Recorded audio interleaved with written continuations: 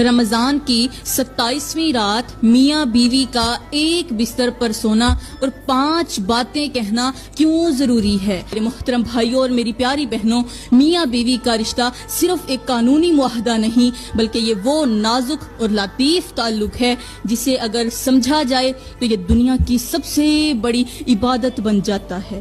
پیاری بہنوں، یہاں پر میں آپ لوگوں کو ایک ایسی حقیقت بتاتی ہوں جو صرف کتابوں میں نہیں بلکہ ان چہروں پر چمکتی ہے جو رات کے اندھیروں میں جاگ کر رب کے سامنے جھکتے ہیں، اپنے رب کو راضی کرتے ہیں، جو ساری دنیا کے سونے کے بعد اس رب کی دہلیز پر جا کر پکار لگاتے ہیں، جو دنیا کی لذتیں چھوڑ کر وہ لذت چنتے ہیں جو روح کو سیراب کرتی ہے، جو بستر کی نرمی چھوڑ کر سجدے کی سختی میں راحت ڈھونڈتے ہیں۔ میرے محترم بھائیوں اور میری پیاری بہنوں، تہجد صرف ایک نماز نہیں، یہ وہ عبادت ہے جس میں الفاظ نہیں،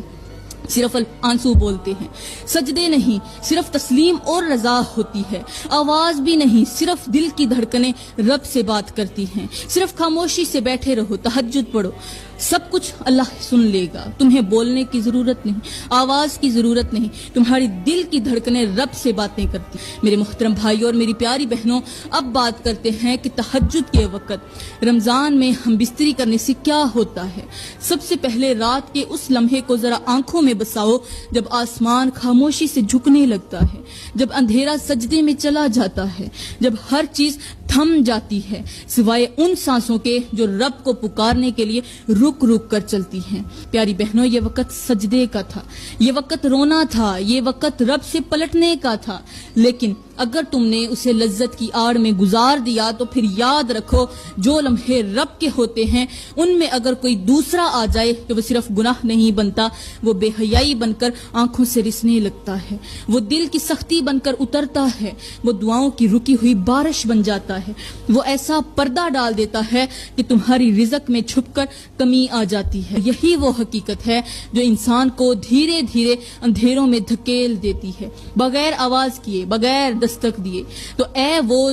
جو رات کے سجدے کے وقت خواہش کی دہلیز پر جھکتا ہے، وہ سنبھل جائے، کیونکہ وہ وقت جو رب نے اپنے نام کیا تھا اگر تو نے کسی اور کو دے دیا تو رب تجھ سے اپنا کرم چھین سکتا ہے۔